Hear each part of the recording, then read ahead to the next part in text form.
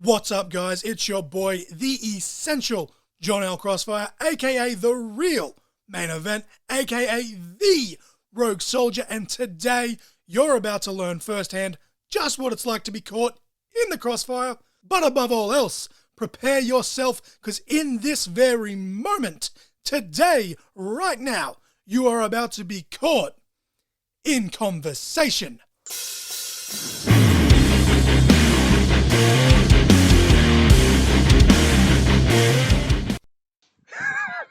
Fuck. Welcome, ladies and gentlemen, to episode 63.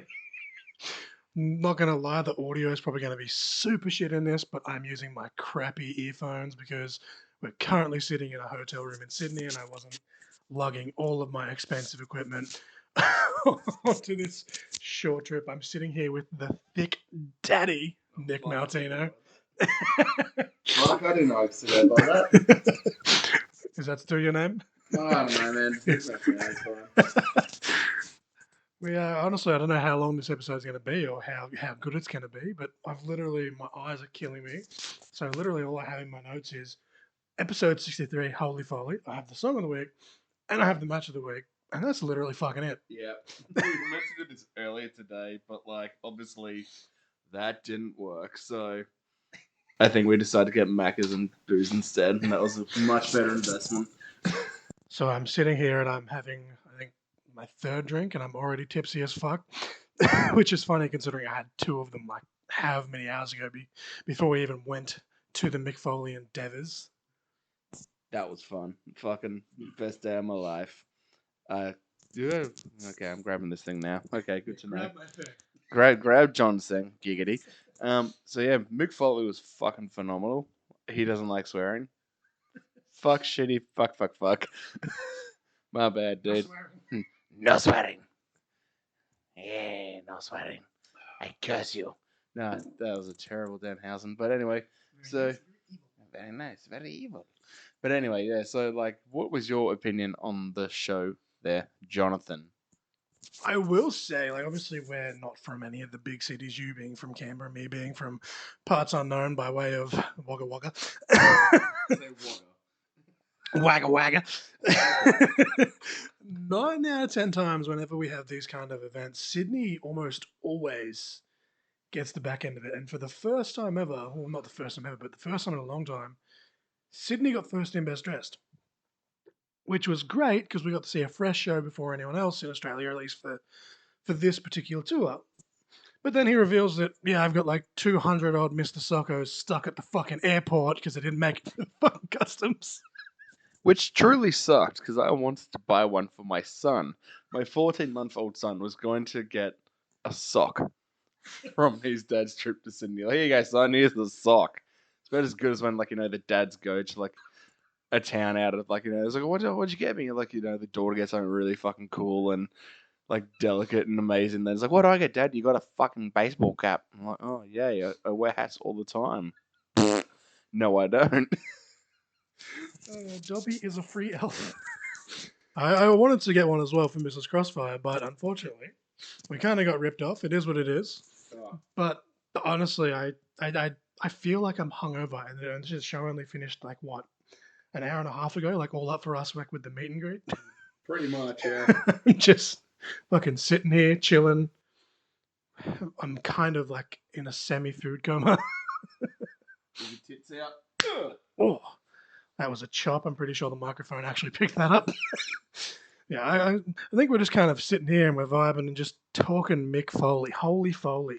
Or maybe I should even go a step further and name this episode Foley Fucks. So Mick Foley, I think, famously at this point, he will drop one F-bomb per like stand-up routine and then that's it. Because he's not a big swear as it is, so he wants to make it count, wants to make it unexpected. And he said pussy. He was like saying bitch, pussy, shit, all this, but the F word to him is sacred. And someone asked him what his hobbies are and what he'd be doing if he'd never pursued wrestling, and he proclaimed that, well, I like to fuck.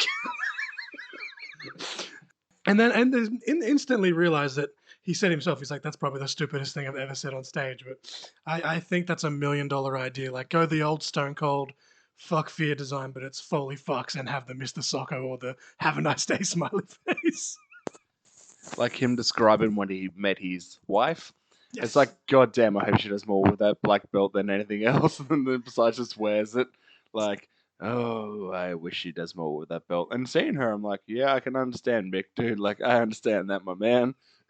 I saw a completely different side of Mick Foley than I was expecting. He always seems so happy and very PG friendly, but it was an 18 plus show, and I feel like I kind of got led into Mick Foley's like fantasies and kinks in a really weird way. He really brought up a lot of sexual shit. Like, he brought up so much sexual shit. It was actually kind of like, he brought up masturbation, BDSM, and like just fucking in general. I was like, wow, dude. Like, and then he brought up a joke about head as well. And we're like, oh, God damn it, dude. Like, he's like, oh, yeah, all the sexual innuendos.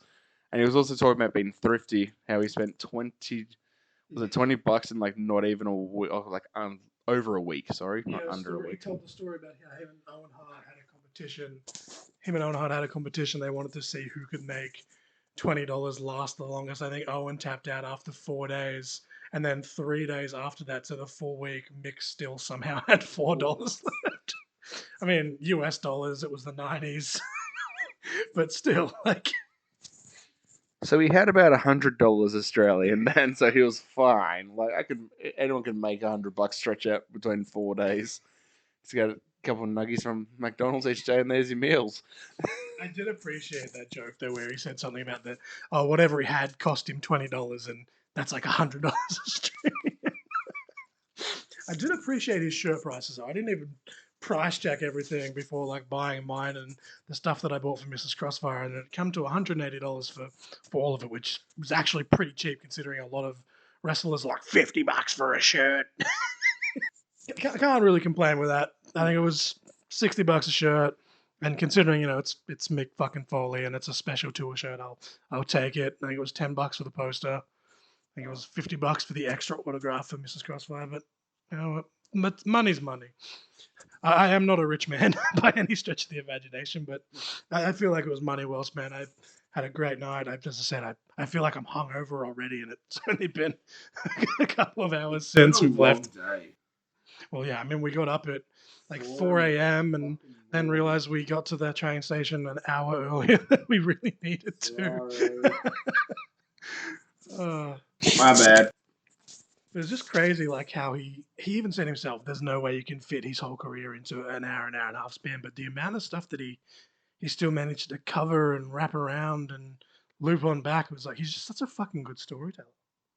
Maltino's like, fuck, I'm dead right now. He's like almost passing out, and we're just talking shit. I don't know how much quality this episode's gonna have, but this is gonna be the most fucked episode of Caught in the Conversation ever. Mostly because I probably just looks like, that meme where there's like the crackhead that's like doing that weird smile, like like you guys can't see it obviously because this is an audio show, but like. Here's something that we brought up earlier today. Here's a question to you fans. Would you like to see a good quality, like, not dragged out feud, like you don't want like a Roman Brock sort of situation? Would you like to see a good steady feud with a good amount of build and just to see a good conclusion? Or just like, oh no, we've had our like 2 like scrags, now it's time for us to finish the feud and then I'll be on to better things. Now it's like, well, that's great to talk about your opponent that way. I mean, that's just me. I feel like seeing Mick Foley like brings up that point though, because he literally was like talking about how his one goal was to get over without going over, while also getting his opponent over. And he's like, "What a concept! 33 years later, and still no one stole it." It's kind of sad when you look at like whether it's the small time indies or WWE, AEW. There's always stuff coming out in the dirt sheets, like the whole Sasha Naomi thing. Like the rumors was that they didn't want to work with people. Apparently that was debunked. But the amount of people that have done that in WWE, where even someone like Shawn Michaels back in the day was all coked up out of his mind, and Hulk Hogan, that doesn't work for me, brother. But the song of the week this week actually was Gloria by Laura Branigan, because me and Maltino are just man children, and that's one of our anthems. And if you know, you know. Gloria, you were in the run now. The match of the week this week is going to be a Mick Foley match, of course. And it was interesting that Mick Foley actually brought this up tonight after you and I had already decided earlier today that it was going to be the match of the week. And it's Randy Orton versus Mick Foley at Backlash 04. It's going to be Ric Flair.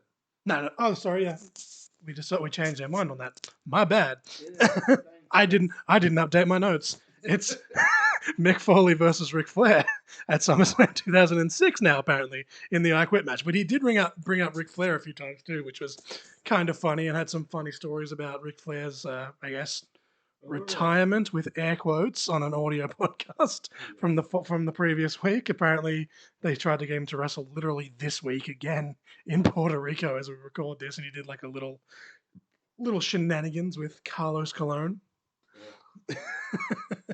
Did some chops and yada yada yada. But what's your probably like? Because I got some stuff signed for Mrs. Crossfire, and I told Mick, her favorite match is the Rumble match against Triple H. We talked about the Orton one. That's why I forgot to fix my notes. But we talked about how it's a made man. We talked about how Edge was a made man at Mania. You and I were just shooting the shit like while we were eating dinner, and I was like, I really wish we had been recording then, because everything was just still fresh and coming out. I've got a few favorite matches of Mick Foley's.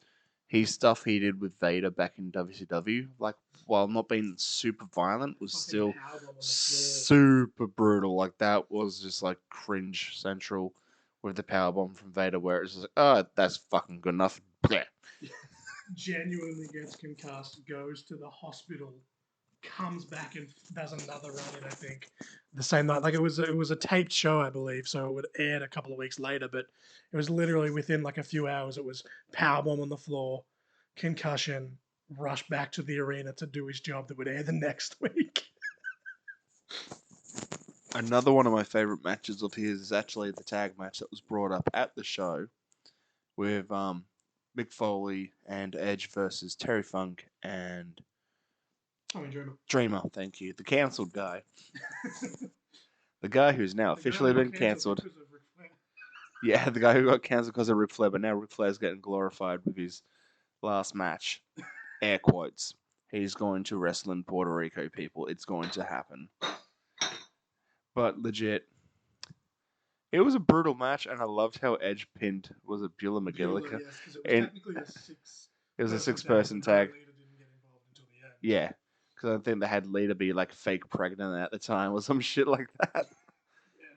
It's like, oh my god. Okay, although she's already finished being fake pregnant because she's with Edge.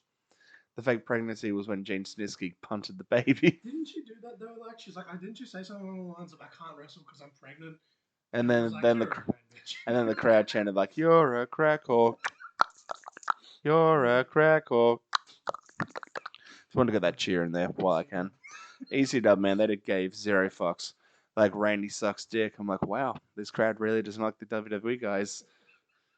And for sure, like, just so many Mick Foley moments as well, like the 2004 Royal Rumble, where it's like, Tess is laid out, and then Stone Cold's like, "What?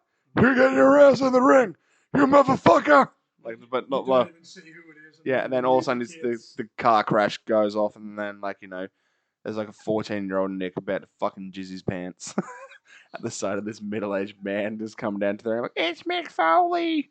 And my dad's like, "Who?" And then he sees the chair shot, like the swinging baseball chair shot. It's my dad's reaction. I remember because my dad is not a wrestling fan, and he watched this with me. And he went, his exact words were, "Fucking Jesus." He goes, "That cunt's dead." It's kind of sad in a way, because like, even watching that moment back where it's like Foley's music hits, and as Foley'd say, "Think of the pop," the fucking massive pop, because no one was expecting Foley. It kind of gets overshadowed in a way, because of course, the winner of that Rumble's basically almost the forgotten Rumble in a lot of aspects, but it's a fantastic, fantastic Mick Foley pop. It's honestly one of the biggest pops he's had ever, and that says a lot, in my opinion. Definitely. But it was just so cool, like seeing the dude like just sit there and we've talked about the Hell in a Cell so many times, but the fact that he still gets so enthused and still somehow manages to shed like more light on it like every time. He's like, I'm pretty sure I've polished this ball as much as I can. Like, he goes, but then Taker came up to me and he was like, just think about it. There's people who weren't even born then talking to their probably kids Yeah. now. Like, you know, there's young families out there who are wrestling fans saying, like, this was the match you wanted to watch. And then there's like a baby just sitting there watching a guy getting thrown off a cell. Because I haven't shown my son that. Wink, wink, nudge, nudge. Yes, I have. I showed him Dude Love, and he fucking loves Dude Love. It's all bright colors. It's the bright colors. Ow! Have mercy! And like the ladies next to him, and I'm pretty certain my son's a tits guy. He likes the fear for Gara, man. But like 100% though, like that's something that like no matter, and I guess maybe nostalgia has a play in it. But you watch how many guys have come off the cell in the last 20 odd years, like since, right? It just for some reason, and I think it comes down to Jim Ross on commentary as well. Maybe I'm biased, but none of them will hit as hard as that. There's just something about it, like the video package that they showed at the beginning of the show, where it was kind of like footage from one of Mick's documentaries, and then they had the cell shot and a couple of like big things, and then it goes into Stone Cold Steve Austin, a clip from when he introduced Mick on Raw, and we're all kind of just doing like the what chants along with Stone Cold, even though he's on the screen, and then it leads into Mick's music hitting. It's fucking awesome, man. Like I lost my voice from all the Foley chants. All the Foley chants, all the weird shit. Oh shit, yeah. I need this to talk, don't I? All the Foley chants, all the what? All the like, you still got it. Oh, the Steiner Wolves. No, my first response is I was up against the Steiner Brothers. My response was, he's fat. That fat son of a bitch. Scott, calm down. He's fat. I was kind of hoping that Mick could make reference to the math promo when he brought it up, but yeah, you got 33.33% of a chance. Nobody knows. and I was kind of like sitting there like kind of putting my head down like while he's talking about like the whole cactus elbow and stuff, and how the most safest one he did was the last one he did against Jericho at the Hall of Fame. And I'm just looking at you and all the times you've done it, and you're just like, yep, my knees. And in my head, I'm like, yeah, it's still in my back pocket for a rainy day. The guy asked him about the empty arena match against The Rock, and he goes, well, it got me prepared for my TNA career. Pow! I was like, I liked your TNA career. Fuck you, buddy. Like, I didn't actually say fuck you, buddy, to Mick Foley. Hell no, because it's like, no, it's literally my god. But like, I had faith in you, man. I followed you everywhere you went, even TNA. Like, seriously. It was just weird that you and I were literally like talking about his TNA run on the train on the way up. We're singing that he's got the whole world in his hands song that he did when he was the world champion as a heel. It wasn't. Although the one thing that, and I guess it sucks because it didn't actually happen, but his idea where he was inspired by Abyss was inspired by Foley, but Foley wanted to do a storyline where it was revealed that Foley was Abyss's legitimate son, and it was going to be called Son of Abyss. Fucking killed me. I'm like, why did this not happen? Right. I'm actually upset about it. But just I can't even like I'm like just on a high, and I'm already trying to remember some of the stuff that he talked about. But yeah, I think the one where you said the story where he first met his wife and how they met, and he pile drove some like, what did you say, Polish race car driver on the hood of his own car, and the local police, unfortunately, in that day and age when kayfabe was alive and well, were not at all in on it. And yeah, young Mick Foley got arrested, and that's how his wife was like, "Oh, he's got a bad side. I'm going to give him a call," because they'd exchanged numbers earlier in the day. And she's like, "Oh yeah." Oh, I will actually call you now. But just so many like good moments, and my shitty microphone quality. But I'm pretty Pretty happy with this. Why not?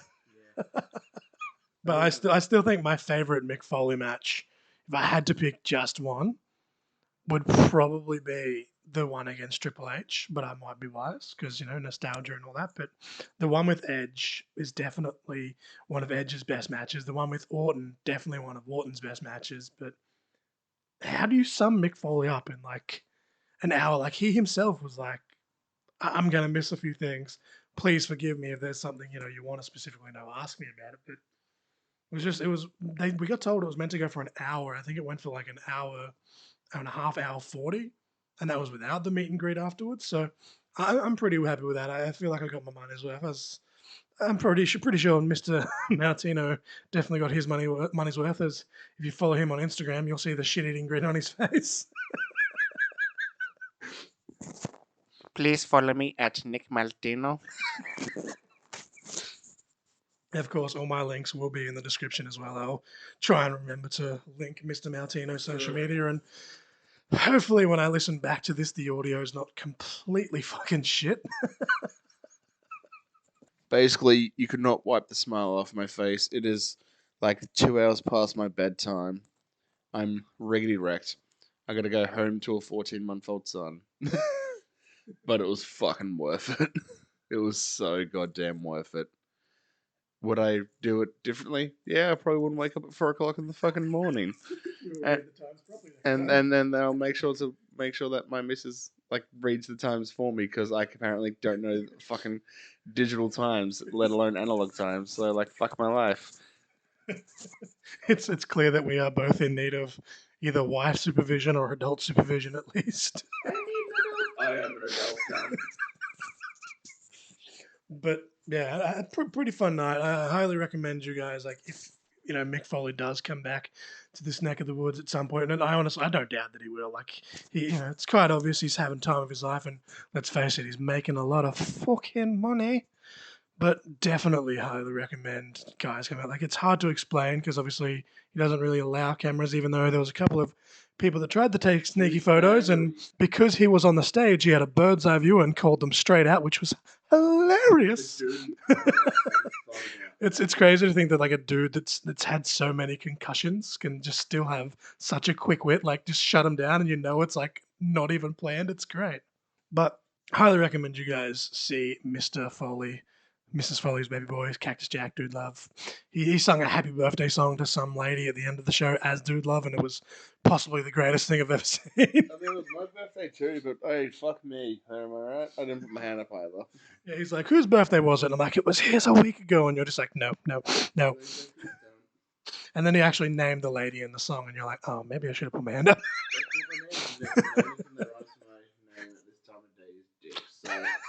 Happy birthday, Nick. Don't be a dick.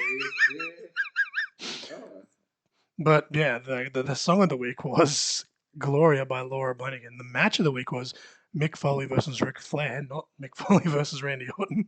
Mick Foley versus Ric Flair from SummerSlam 2006 in an I Quit match.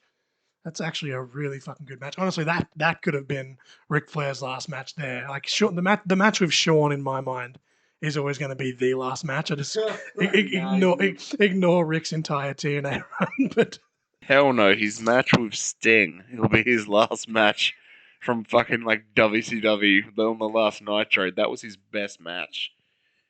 Oh, Undertaker was okay. Shawn Michaels was okay. His run in TNA was fucking hilarious because he got to wrestle Sting again. And honestly, like, I've heard the term failed abortion before. That was one. It was definitely an idea that should have been aborted. But yeah, holy Foley. I am the essential John L. Crossfire. With me was Nick Maltino. And remember, ladies and gentlemen, Mick Foley likes to fuck.